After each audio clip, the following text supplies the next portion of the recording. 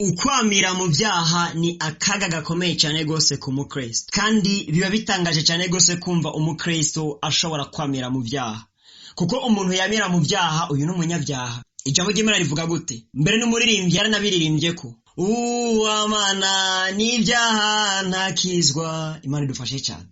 Iyo wamira mu byaha, mbega agakiza kugumana nawe gute? Kuko haba hari umudayimoni, haba hariho imwemu mbi yakwizingiriye ko, kandi iyo kuko yakwizingiriye ko ibisigura ngo yarakunesheje, kandi kuko waneshejwe n'intumwa ya Satani bisigura ngo uri umuja wa Satani. Yesu aravuga ngo ukora icyaha wese ni umuja w'icyaha. Imana idufashe cyane.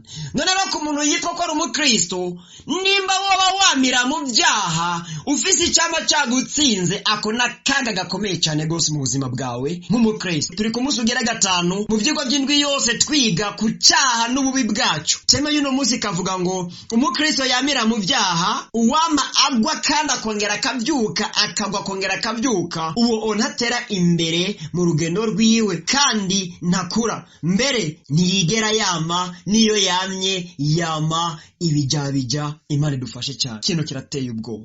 None rero ndabaye kaze mu kiganiro cyacu ijambo ry'umunsi, kuri mwebwe ari rya mbere tubana, jewe ngitunganya nkongera nkanagishikiriza, nitwa Iradi Ndiho kubwayo, nkaba ndi mwene so mu gakiza, kandi ndashishikara mbipfuriza amahoro y'Imana mu mitima yanyu. Wa mwigeme, wa musore, wa mukenyezi, wa mushinga ntahe ukunda gukurikirana ubutumwa bwiza aho wabwumva hose, haba mu rusengero, haba mu ndirimbo, haba mu biganiro by'ivuga butumwa bica kuri WhatsApp, wewe ufise inzara n'inyota byo kugororoka, wewe urira kandi ukababazwa n'ubuzimire abantu benshi barimwo, kandi bishitse ugacumura, wumva amagogwa n'amaganya mpaka wihanye, Yesu Kristo akugirire neza kandi agushoboze guhagarara no gushikama. Ariko umuntu akomanaza umutima yiyubare kandi yirinde. Kristo Yesu adufashe cyane. None rero ndabipfuriza amahoro mu mitima yanyu no mu bugingo bwanyu, ya mahoro ava ku kwihana no kureka icyaha. None rero kaze twishimikiza amajambo y'Imana, twumve icyo umwami Imana avugana nacu kuri uno munsi, twishimikije ijambo ryiwe irigera kandi kaze.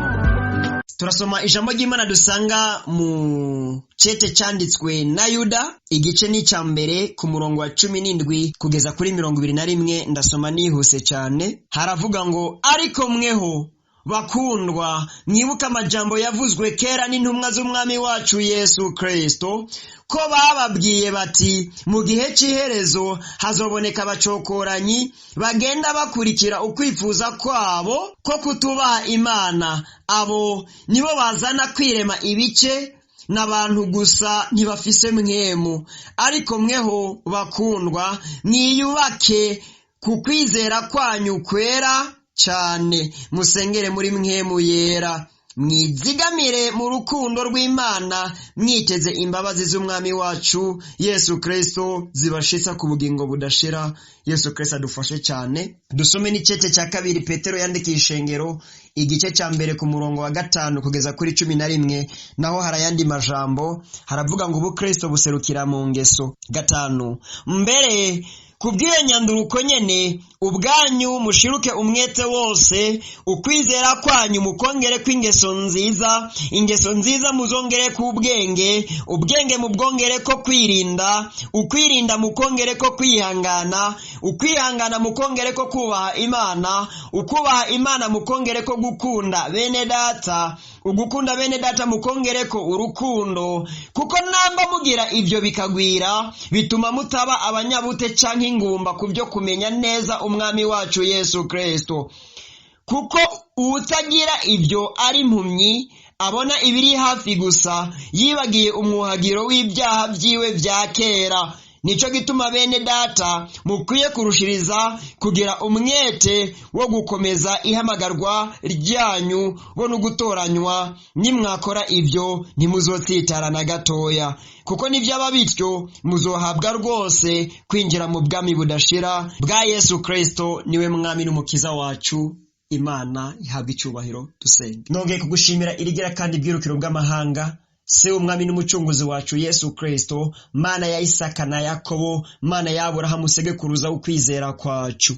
Ndagukengurukiye gose kuko urumugira neza kandi uri umunyembabazi. Uno munsi naho papa hari ikintu ugomba kudutahuza. Uravuga ngo nakaga gakomeye ku mukristo yamira mu byaha, kandi uyu ngo nta kimaze ashobora kugira ubwami bwawe, ahubwo ngo nukwama ntiyama. Niyo bishitse akama naho ngo yama imbuto z'ibijabija, yama ivyamwa vy'ibijabija. Ntaco wamurabamwo ngo umwamuremwo, agaragara nka wa musukoni w'ingumba. Benshi nta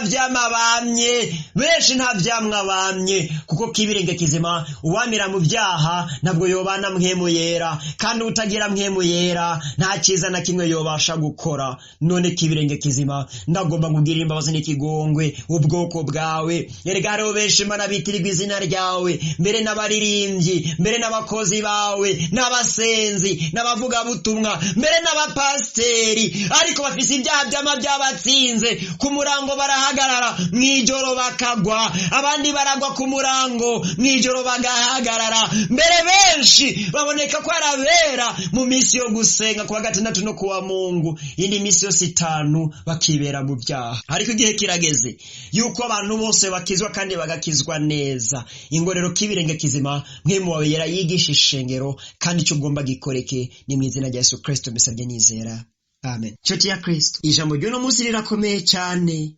Ndagomba ngo urabe neza mu buzima bwawe. Mbega uri wa undi yamagwa abyuka? Uri wa undi afise icyaha cyama cyamyizingiye ko canke ibyaha byama byamutsinze? Mbega uri muri babandi batungana neza bakaboneka nk'intama iyo bari mu rusengero no mu bikorwa by'Imana mu makorare, mugabo bageze mu ngo zabo canke mu mihana bagahinduka abapagani?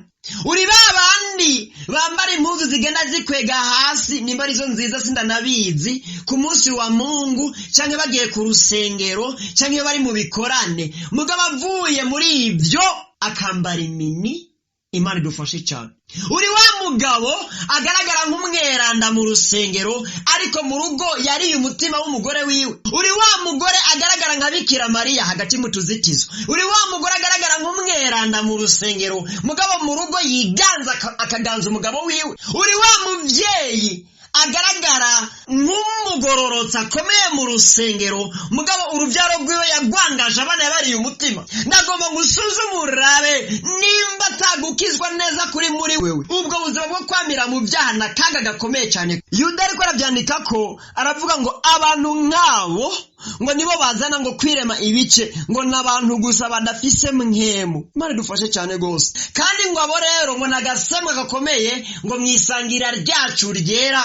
Paulo nawe arabishimangirako, kuko naho bagaragara nk'aberanda mu maso y'abana b'abantu, ariko hari Imana itanyegezwa, irababona. Muri Petero arakomeza havuga ngo iyo umuntu ahagaze agashikama mu gakiza, akaramiriza iby'imwemu iby'umubiri akabyiyambura byose, ngo aratera intambuko agakura.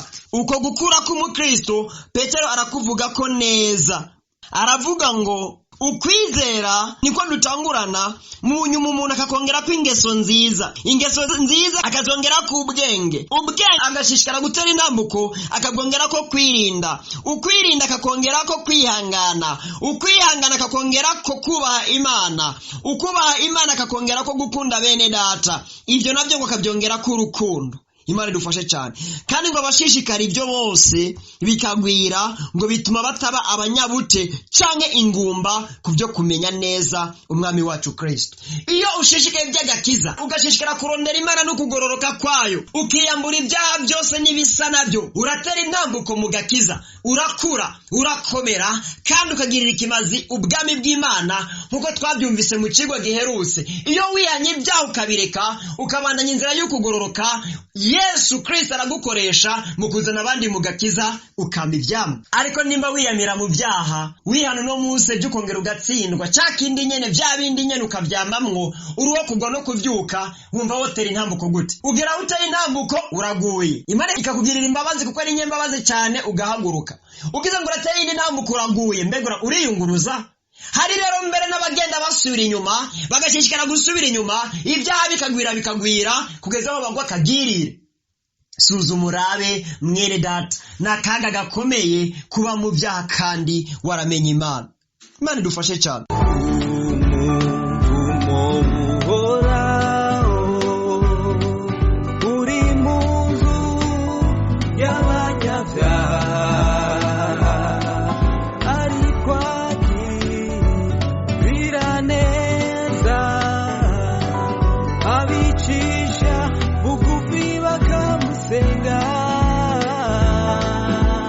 Turangirize muri Yesaya igice cya 5 ku murongo wa mbere kugeza ku murongo wa 2. Uhora havuga gute? Uruzabibu rw'Uhoraho n'ibizorubako. Iyi ni ndanzi y'amajambo. Hinga ndirimbe iby'umukunzi wanje, indirimbo y'uwo nkunda ivuga iby'uruzabibu rwiwe. Umukunzi wanje yagize uruzabibu ku musozi umera cyane, yari yararurimiriye akuramwo amabuye, ateramwo imizabibu y'ubwoko bwiza, arwubakamwo umutara hagati, arwimbamwo n'ikinogo, agikora bwa bwato. Nuko yaziga ko ruzokwama inzabibu, ariko rwama ibijabija vy'inzabibu. Imana idufashe cyane. Runo rurimbo rw'agahinda, rurimbo rw'amagorwa. Umuntu yateye umurima w'ivyamwa, umurima w'inzabibu, mbere uko yawubona ugikura, abantu kwizera ngo uyu murima uzongirira ikimazi, ngo yimba n'ikinogo, agikora bwa bwato,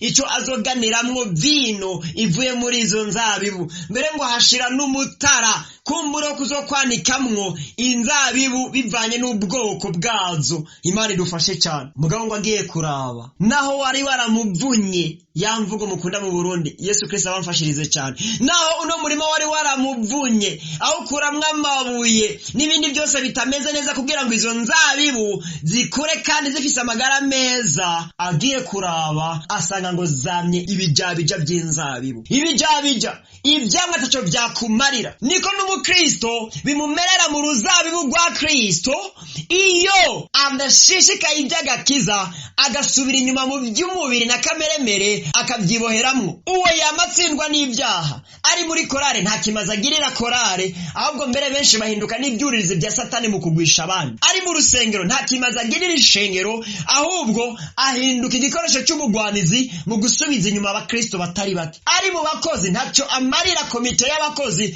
ahubwo ahinduka umugarariji n'utera ibice mu ishengero. Aka n'akaga gakomeye ku mukristo yamatsindwa n'ibyaha. Ndagomba ngo wiyuare kandi wirinde nimubayeho ubuzima nk'ubwo, usenge cyane kandi ufate umwanzuro wo kwihana ibyaha no kubireka, ugororokera Imana. Yesu ari ku rugi vuba cyane. Inzambi iravuga utazosangwa mu kugwa no mu kuvyuka. Hari inzambi zovuga uguye usange urangirije muri gihonomo. Imana idufashe cyane. Iki cyari ikigwa kigira 5. Ikigwa gikurikira ni ikigwa kigira 6, ari naco citangira imbere y'icanyuma. Ico naco tuzoganira ku by'icaha conona mu bugingo bw'uwagikoze mu misi yose akimarana ataracihana ngo akirandure. Imana idufashe cyane. Ibi bikaza bitanga umuco kuri babandi bavuga ngo icyaha naragikoze nivyo, mugabo ngo nzokihana kuwa Mungu, canke nzokihana ku Noeli, canke nzokihana umwaka ugiye gutangura. Imana idufashe cyane. Icyaha ukagikora ukagiha ikiringo uzocihanirako. Ndagoma ngo rero ku munsi ugira 6 tuze dutahuzanye ibyo icyaha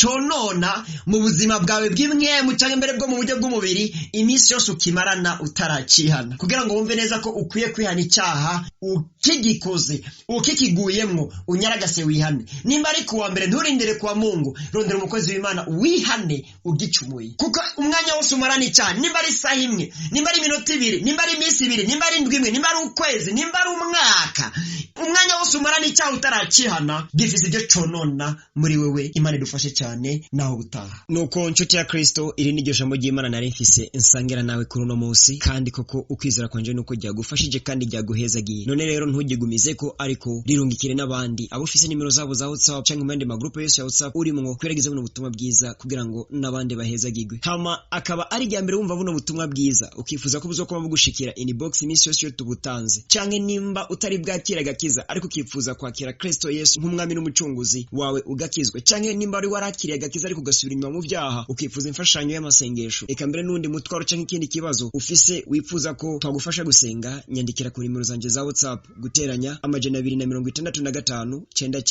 99 488 tuzobigufashamwo, kandi Yesu Kristo azokugirira neza. Hama dushishikara gushimira cyane gose mwese mutubwira ko ubutumwa bwiza dutanga mu kiganiro ijambo ry'umunsi buriko burabateza intambuko uko buca nuko bwira, mukarushizaho gukomera no gukura mu buryo bw'imwemu. Eka mbere turanashimira cyane gose mwebwe mudufasha gusenga kugira ngo umurimo w'Imana ukomeze gutera imbere. Eka mbere na mwebwe munadushigikira mu buryo, kuko hari ibikorwa byinshi dukora kandi hari n'ibikoresho biba bikenewe bisaba amafaranga, bisaba uburyo. Mwese mudushigikira haba mu masengesho, eka mbere no mu buryo. Uhora Imana rushizeho kubongera intege n'inkomezi kandi abahezagire cyane. Ibikorwa byose muri ko murakora muze mu byambare nk'igitsebo kuri wa munsi naho ubutaha, muzigamwe cyane.